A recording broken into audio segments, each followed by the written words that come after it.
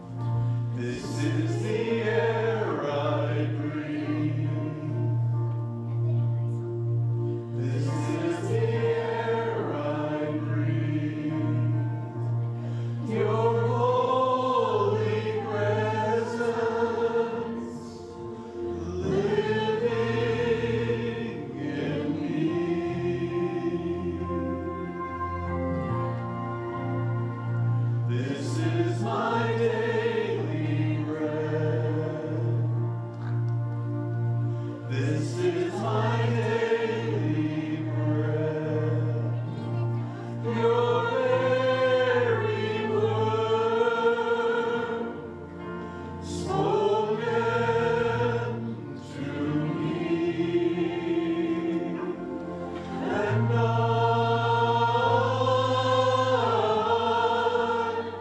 I'm desperate for you,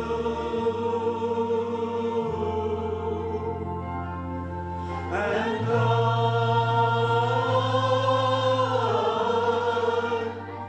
I'm lost without you.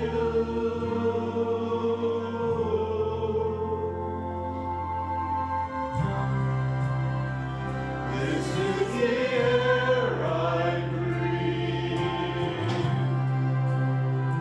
This is the air I breathe. Your holy presence living in me.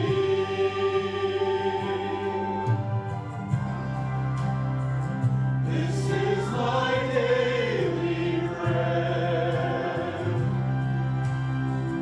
This is my daily bread.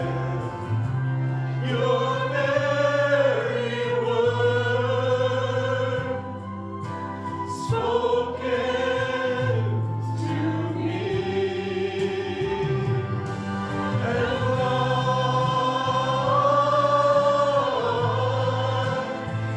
I'm desperate for you,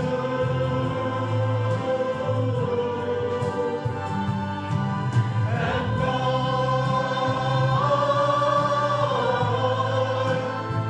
I'm lost without you, and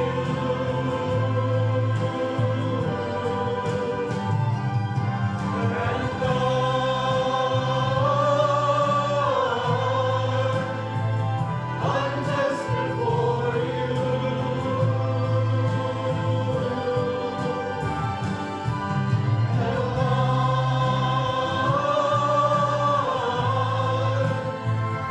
I'm lost without you. I'm lost without you.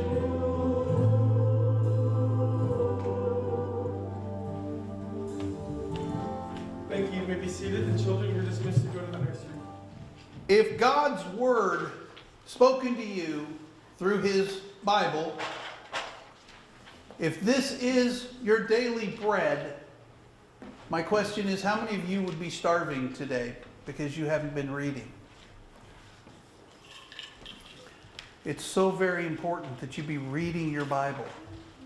I know I talk about that a lot, and until everybody's reading their Bible regularly, consistently, I'm going to keep talking about it. So if you want me to shut up about it, start reading your Bible, okay? We have moved the Bible reading board to the hallway out here. So if you're looking for it down by the Sunday school rooms like normal, you won't find it there. We've moved it here right outside the sanctuary. So when you finished a book or two, you can sign off on them. So do that. That's to encourage other people. They can say, oh, I can see so-and-so. I can see she's reading and he's reading and they're over here and this and all of this. And that encourages them to keep reading. It tells them they can do it too. So be reading your word. All right? We want to be a church that is on mission. Leon, you can go back to the others now. Thank you. We want to be a church on mission, and to accomplish this, we're learning what we need to do to be transformed by God into who He created us to be as individuals and as a church family. We're learning what transformation means and what it looks like. We're learning what mission is and what mission means. And we're learning about the church. Last week we began looking at the nature of the church. We said that the church nature has three dimensions to it. And the first one that we looked at was a new creation community. We are a new creation community. We are a people, a community of people who have become new creations in Jesus. 2 Corinthians chapter 5, verse 17 tells us that the old has passed away. And behold, something new has come. We are a new creation. We are a new creation in Jesus Christ. And because of this, when we gather together, we are a community of new creations. There's nothing, the only thing that is special or different about you and I from the people on the streets out here is we've accepted Jesus into our hearts and our lives. And we have had him forgive us of our sins, and we have been born again. We are new creations in Jesus. But yet, they are in need of hearing that same message that we have heard and that we have responded to. And so the church is a new creation community. A church is made up of people who are new creations, transformed or revived because we were spiritually dead. And now we are alive in Jesus by the power of the gospel of Jesus Christ. And only by that power of the gospel. It's nothing we can do. It's nothing within us. It's nothing that we're good and the people outside aren't. No. The only difference, they're sinners, we're sinners, we've been saved by grace, and they haven't yet. And it's up to us to go and tell them about the grace that God freely offers to everyone. And that's our command, and that is our calling. But today we're going to look at the second dimension or second nature of the church. And that nature is that the church is a kingdom community. We're not just a community of new creations, but we are a kingdom community. The church is a spiritual kingdom. It's not a national kingdom. We looked a little bit last time and talked about how in the Old Testament, the kingdom of Israel, God's people, was a national kingdom. It was located in a physical place on earth. It was physically there in the Middle East, and God placed it in a wonderful spot right there in the natural land bridge between three continents, Africa, Asia, and Europe. And because of traffic, because of water, because of all kinds of things, if you traveled anywhere in the world at that time, from country to country, from continent to continent, you had to travel through Israel. God placed his people there, and he said to David, I'm going to make you special. I'm going to make you wealthy. I'm going to make you powerful. I'm going to make you grand and glorious as a witness and a testimony about who I am. And if you will live up to what I've asked you to do, if you will obey me, if you will love people through me, as I promised Abraham, if you will be a blessing to all peoples, then you will be prosperous forever. But the Bible tells us they didn't. They fell into idol worship. They turned away from God. And so God sent the Messiah, Jesus. And now we have a spiritual kingdom rather than a national kingdom. And that spiritual kingdom reigns within each and every one of us. The Holy Spirit that lives within each of us. Remember Jesus, when he was on trial, he was asked, "Are you the King of the Jews?" And he said, "You've said that." And he was asked again, "If you are a king, where is your kingdom?" And he said, "My kingdom is not of this world. It is a spiritual kingdom. If it was of this world, I could call on my followers and they would defend me. But it's a spiritual kingdom." And so we must realize that this kingdom, this spiritual kingdom, is an eternal kingdom. As long as Jesus can be, as we sang about earlier, King of Kings and Lord of Lords, His kingdom will exist. And since He is God, Almighty, all-powerful, and eternal, His kingdom is eternal. This is an eternal kingdom. We are citizens of an eternal kingdom. We're not citizens of some place that's going to change. Since I have been alive all these many, many, many thousands of decades, it seems like sometimes, there have been countries that have risen and fallen. There have been new countries created. There have been countries that were owned by others that have become independent and their own countries now. Virtually all of Africa, especially sub-Saharan Africa, was owned by the British or the French or the Dutch or somebody else, and they have all gained their independence during my lifetime. The lines on the maps, the border lines, are often drawn and redrawn. We've seen it not necessarily in our lifetime, but here in this country. We had territories that became states. One territory would become one state, or some territories became two states. You know, there was at one time the Dakota territories, and they became North and South Dakota. The citizens that were living in those areas, things changed for them. When they went from being a territory to having statehood, that changed a lot of things for them. We live in an eternal kingdom where things like that will never change, because we are children of God. We are citizens of the King and of His eternal kingdom. And the church, and I want everybody in here to get this. This is possibly the most important thing that I'm going to say in this whole message. That doesn't mean you can quit listening after I say it. The church is supposed to be a foretaste of the eternal kingdom. The church is a foretaste of the eternal kingdom. That means when someone walks in here for the very first time,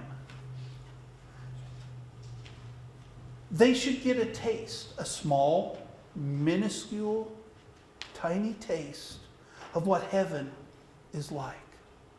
They should experience the joy. They should experience the love. They should experience the welcome. They should experience the worship. They should experience all that heaven has to offer to the very best that we can, which, as Paul says, we're looking through a mirror darkly. We get but just a tiny foretaste.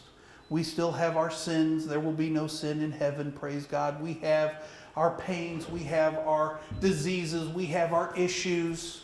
We have people that aren't here that we wish were here because of illness and travel and work and other things like this. That'll all be gone. But when someone walks in here, they should get a small taste of what heaven is really like. That's part of our responsibility as members here at Skyline. That's why we need to be accepting and loving and outgoing and caring for each other and everyone else. I've talked about this before. I know there are wonderful churches that are full of loving people and they love each other immensely. But when someone from outside walks in, nobody talks to them. Nobody welcomes them. I've known of instances where somebody will come up to visitors and say, "Excuse me, you're sitting in my seat." Anybody ever does that around here, I'm going to throw them through a wall. Okay? You don't do that. That's wrong on every level. We're not supposed to be like that. And we're not. Okay? I'm not coming down on this. We are one of the exceptional churches that everyone is welcome. Everyone is accepted. Everybody's talked to. I went with a group of pastors to a church one time when I was we were going to a conference, and we went and visited a church, big church. They had a room a little smaller than this, full to capacity. 120, 150 people in there. They even had a time in the service, a lot of churches have gotten away from that, where it's stand up and welcome those around you. There were 5 of us. Nobody spoke to any of us. As we were walking up the steps, they had someone outside handing out bulletins saying, here's a bulletin for today. We said, thank you. That was the last word that was said to us the entire time. Now, I'm going to brag a little bit here, but I know for a fact that will never happen to anybody that comes into this church. And I'm so proud of you for that. When people walk in here, they should get a little taste of what heaven is like. We need unity and one single purpose to be living out. And if someone comes in here and they don't get a little taste of what heaven is like, and heaven is grand and glorious and perfect, and we're anything but if they don't get the tiniest little foretaste of heaven, we are failing. Now, I will say, I don't think we fail at this most of the time, if all the time. I don't think we fail at it. We're good at it. But we can be better. And we need to understand. And I know when I was preparing for this and I came across this idea, it was new to me that when people walk in, they should get a taste of what heaven is like. I hadn't thought of that before, but that's a responsibility that each of us carries. Each of us should share and carry. And that can be a wonderful, exciting thing. Because when you get to go to church, when you get to come to Skyline to worship, you're actually getting just a tiny, tiny little picture of heaven. Again, seen through a veil, seen through the glass darkly. You know, like if you were standing outside looking through the windows, which I've never liked these windows because you can't see through them. But you can see shapes, you can see people moving, and that's kind of it. They should get kind of a picture of what heaven is like, but it would be like looking from the outside. The church is a spiritual kingdom for a spiritual God who is eternal. And people that should get a picture of that, should get a taste of it when they come and join us. Because we worship, we sang of the joy of the Lord. We should be experiencing, we should have the joy of the Lord just oozing from us. Now, I know that's going to be hard sometimes because we don't feel well, because we've had a bad week, because life gets in the way. You went out this morning, started your car, started to drive to church and had a flat tire. That's going to be hard to be joyful in, and I understand that. Again, these are the issues that keep the foretaste that we offer so small and so tiny because of issues and problems. And we can't escape them because we live in an issue and problem-filled world. We live in a sinful world. We live in a fallen world. We live in a perverted world. And so we can just do the very best we can. But think about it. The rest of today, think about it next week when you're coming. You're going to get a foretaste, a tiny little taste of what heaven is like. The church is a spiritual kingdom. The church and the kingdom is where Jesus is king. The church and the church and the world, the kingdom, is where Jesus is king. Jesus exercises his loving lordship over us, or at least he's supposed to. He's supposed to be the head of the church. He's the one that's supposed to set the agenda and set the rules and set the mission and set the vision and set the plan. It's not up to us. It's up to us to follow his leadership. And it is a loving lordship that he offers us. It's not that of a tyrant. It's not that of a dictator. It is loving lordship, looking for what is very best for us. And the church, the kingdom where Jesus is king, is a place where the powers of evil are defeated. The powers of evil are defeated. The curse of the fall is being undone. When Jesus is in charge and we're following him, the curse of the kingdom, the curse of the fall is undone. Remember, sin brought many curses into existence. Man would have to work and he would eat only by the sweat of his brow. And childbirth for the women would be so much more painful. And it's interesting, if you read that, it says that the pain in childbirth would be increased. Childbirth was always going to be painful for women, but the fall made it worse. Those of you who have given birth, you know the pain. You remember it. And think, it could have been easier had sin not entered the world. Thorns and thistles and other things began to grow. Weeds came up because of the curse.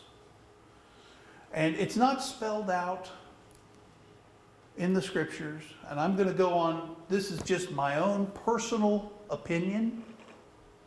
But I think it was also part of the curse where mosquitoes and ticks and other nasty parasites like that started to appear. God could have created them ahead of time, but I don't see the benefit to the world.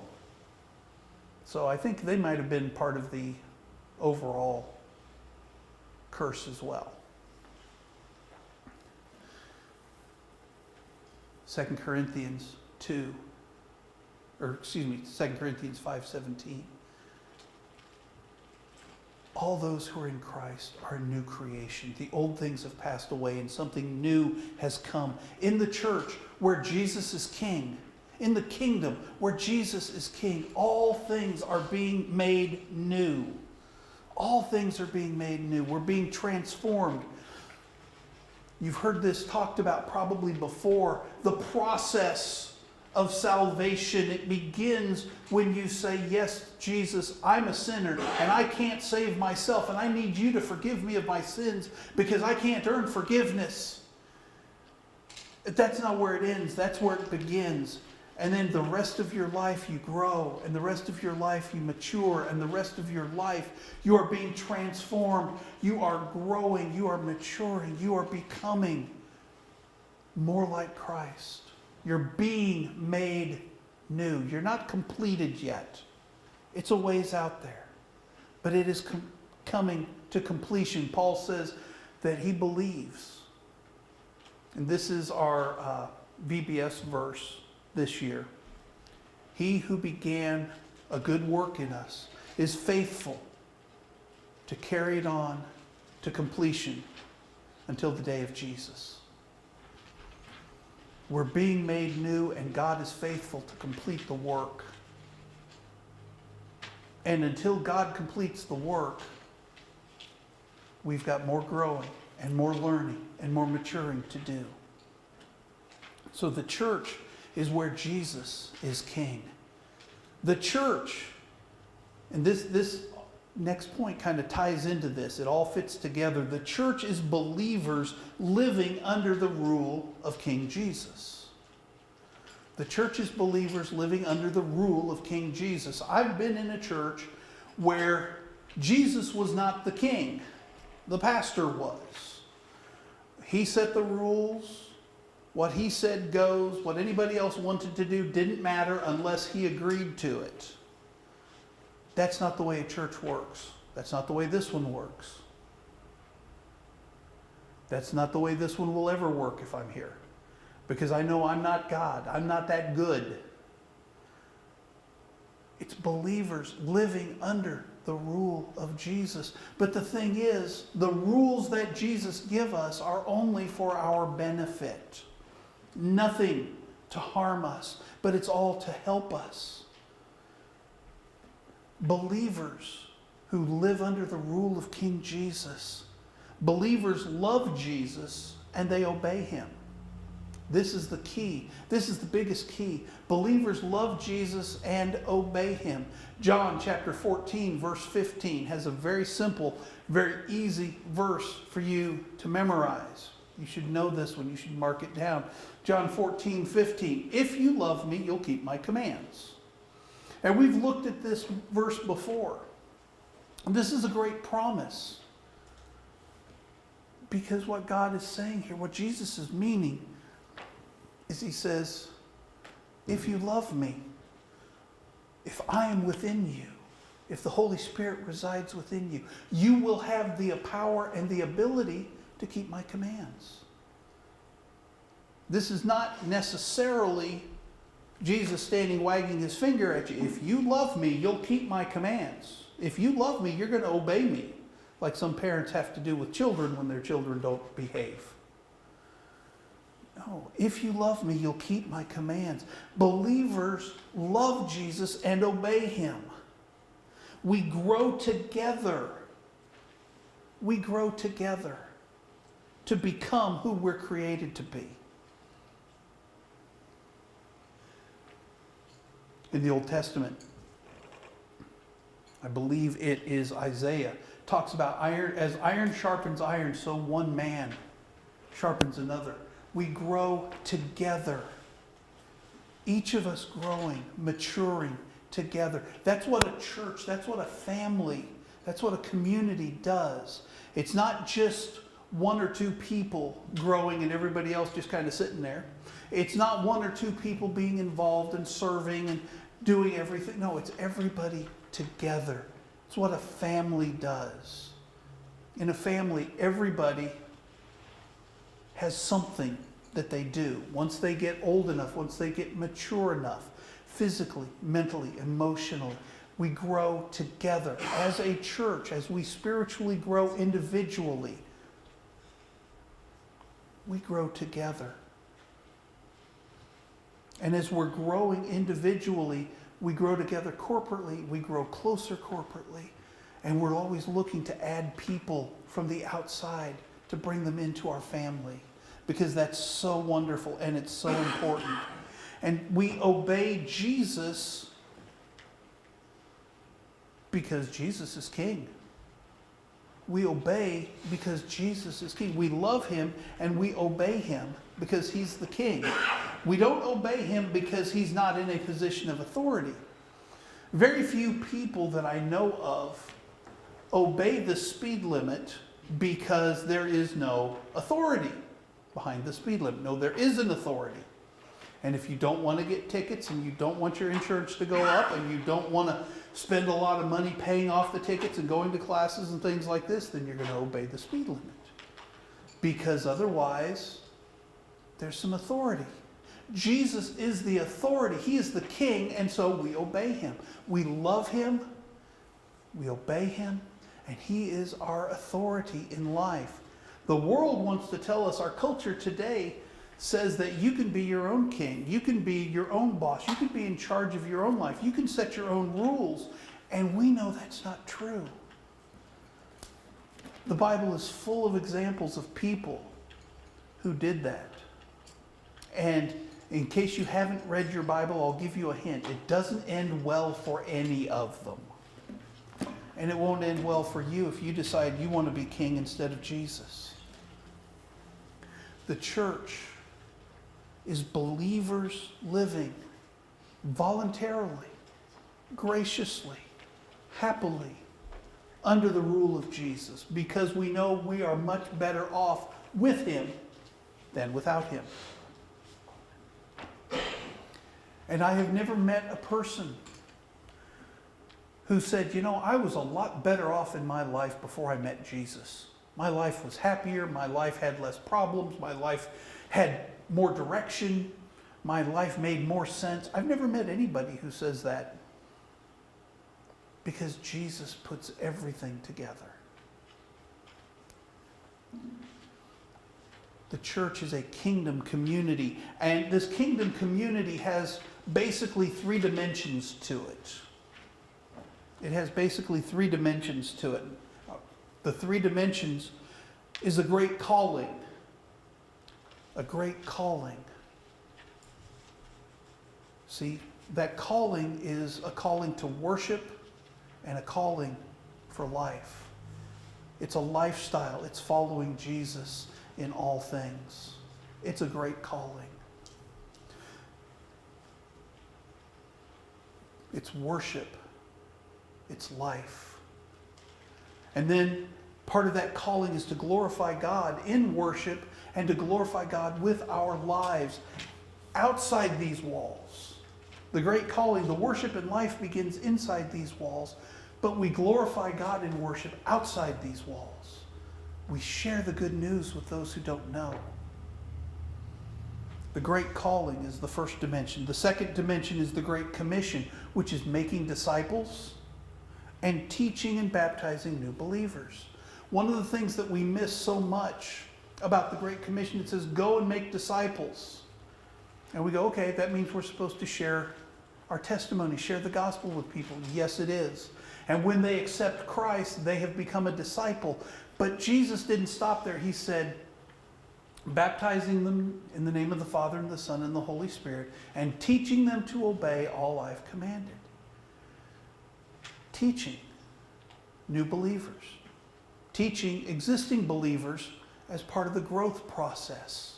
That's why we have our Sunday school classes, our Bible study classes, so we can learn and grow. That's why we have our Sunday night studies, which unfortunately we're not doing tonight, but we will be next week. And we're teaching about prayer. We're learning how to pray. We're teaching new and experienced believers. That's why we have our Wednesday night prayer meeting. That's why we have other classes at different times covering things from Bible study to marriage to parenting to all these other things. Because we want to grow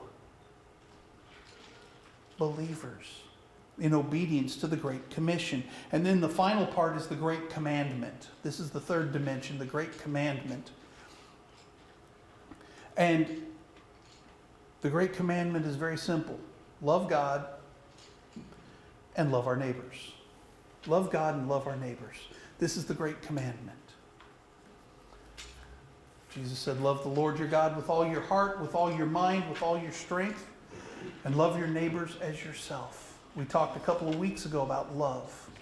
If you missed that message, you can find it on our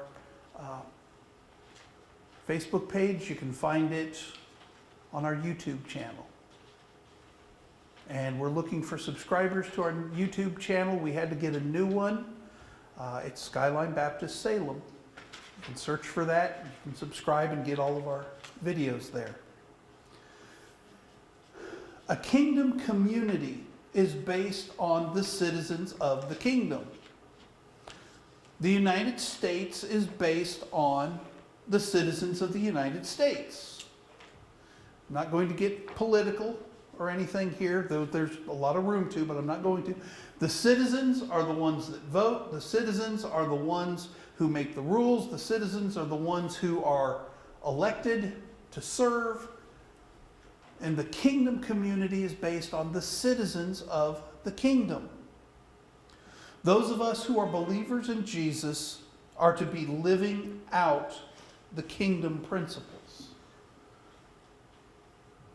which is make disciples, which is love God, love others. These principles. This includes obedience to the commands of Jesus. And one thing about obedience to the commands of Jesus is you're supposed to obey all of them. Not just the ones you want to obey, but all of them, including the ones like giving, tithing, witnessing, sharing the gospel. I know some of that can be uncomfortable for you. That's okay. God didn't say life was going to be comfortable. He just said go and do it. This means obeying all of his commands and all the time, not just when it's convenient or when you feel like it. It is an awesome responsibility we have to think that when someone walks through the doors of our church for the first time, or any number of times actually, they should be tasting just a little bit of what heaven is like. That's why it's so important that our church is a family. That is why membership and commitment is so important. That's why we're always striving to grow and mature in our walk with Jesus, because we want to help. We want to bless, and we want to be a blessing. That's why we offer so much, because I know everybody can't be in everything. So we want to offer as much as possible so everyone can be involved in something. That's why we offer discipleship classes and prayer time, other services and worship and fellowship opportunities. My question to you today, are you willing to do whatever is necessary for you to be the kingdom citizen you were created to be? Prayer, Bible reading, maybe being baptized, if you've never done that. Maybe getting involved in service. Maybe increasing your attendance. I don't know what it is that God is going to ask you to do. I don't know what He's going to say you need to do to become who you were created to be. I don't know what He's going to ask you to do to help this church become who He created it to be. But He'll tell you if you'll ask Him. He has something for you. Every person in here, no matter your age, His arms are open saying, come to me. I will forgive you. I will love you. I will accept you. All you have to do is say, yes, Jesus. As our praise team comes to lead us in our invitation, this is God's invitation for you to respond to Him. This is His invitation for you to respond and say, I want to be who God created me to be. I want to grow to that point. I want to be involved in the kingdom right here at Skyline. It may mean you need to be baptized. It may mean you say, I've accepted Jesus. I've been baptized. I've gone through baptism. But I want to make a commitment to become a member here. I don't know what God is asking you to do. But this is your opportunity to respond. And I'm standing up here not because there's anything special about me, but I'm standing up here to help you connect with God and to help you get straight what you need to do. I can pray with you and I can lead you and I will help you in any way that I can. So while we're standing and singing, just step out from where you are. We're going to sing. We're going to pray. We're going to respond. Let's stand. Lord, I thank you so much for your love. I thank you that you want each of us to be citizens of your kingdom. Lord, if there's someone here that does not know you, that is not in your kingdom, I pray that they will give their heart and life to you now. Father, I pray that you will empower us to take the good news of freedom and forgiveness and love to a world that does not know you. Lord, everyone in here needs to make some kind of a response. Help them to respond to whatever you're asking them to do. Help them to be obedient. Give them strength. Give them courage. Bless them, Father. And help us now, we pray in your name. Amen. You may want to also take your communication card, and on the back, there's a couple of boxes back there. One, my next steps, and you may want to make one of those commitments. When the offering plates are passed later, you drop that in there. I'll be praying for your commitment. You may want to, there's another box back there about questions. You may have some questions. Fill them out. Ask the questions, and I'll get back with you this week. Let's sing. Let's respond to what God is asking you to do.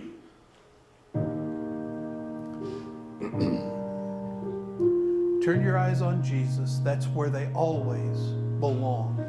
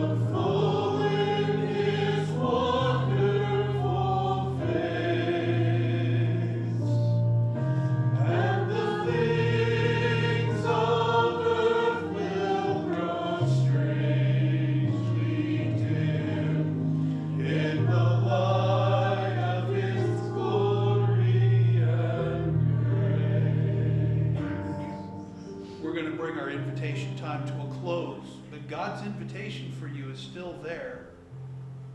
Don't be afraid to respond. If you need to, talk to me when we're done, when we close today.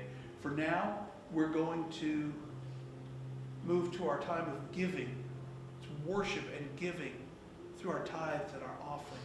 If you forgot your checkbook or your wallet, you can go to our website, skylinebaptistsalem.com, and you can give through there. This is an act of worship. And so will you worship? If you haven't finished filling out your communication cards, do that now. Drop that in the offering plate when it's passed. Thank you so much. Let's sing, let's pray, and let's give.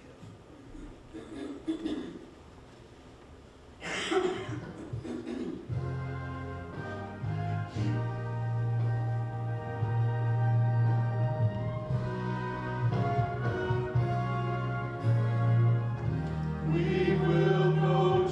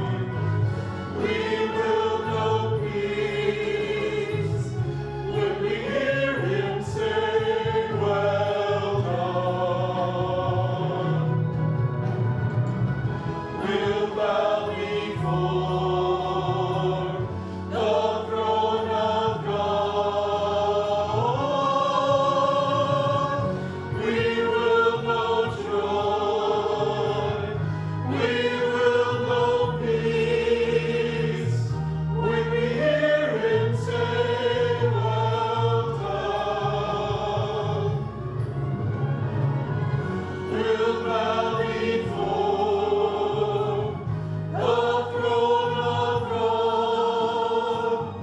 We will know joy when we see Jesus. We will know joy when we see Jesus.